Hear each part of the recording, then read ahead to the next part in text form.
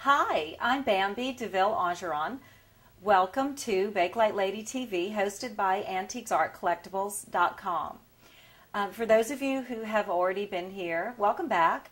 And for those of you who are visiting the first time, I'm a gallery owner in New Orleans. 818 Royal is my shop, and I'm the recent author of this book, World War II Bakelite Jewelry, Love and Victory, which is available at the Schiffer Books, which is the publisher, book site, and World War II Bakelite, World War II Museum in New Orleans.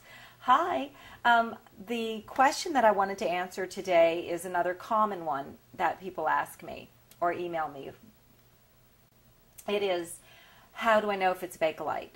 It's pretty, I mean, when you're used to handling it, pretty much, but there's still a need sometimes to test, and there are some pretty simple tests. You can get Formula 409, very easy, in the grocery store, or you can get Simichrome polish online, S-I-M-I-C-H-R-O-M-E. It's actually a chrome polish, but it has something in it that reacts to Bakelite because of the formula and the formaldehyde that builds up on the surface of the Bakelite. You can test if you rub a piece of cotton that's been dipped in the polish or Formula 409 onto your bracelets, radio, flatware, whatever it is you have that you want to know if it's Bakelite. It will turn a color, usually like a gold, some brown, sometimes brown. If it changes, that means there's a chemical reaction and what you have is actually Bakelite. A couple of reasons it won't change. If you have cleaned the surface, usually you're washing away what's built up, what we call patina. The Bakelite patina is when there's discoloration because of age.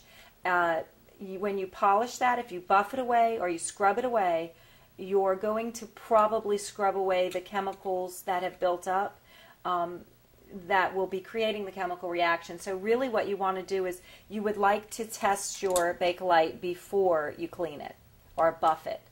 A lot of buffing goes on with radios, which are usually the bright colored, the Catalan radios, which we'll talk about different types of plastics. So that's the simple answer of how to test it. It gets more complicated. We'll discuss that in future episodes. It doesn't burn. There's a hot pin test you can do, but the thing about that is you don't actually want to really mark up your Bakelite. What'll happen is if you have a hot pin and you touch the Bakelite, it might turn it a little brown, but it's not going to melt it.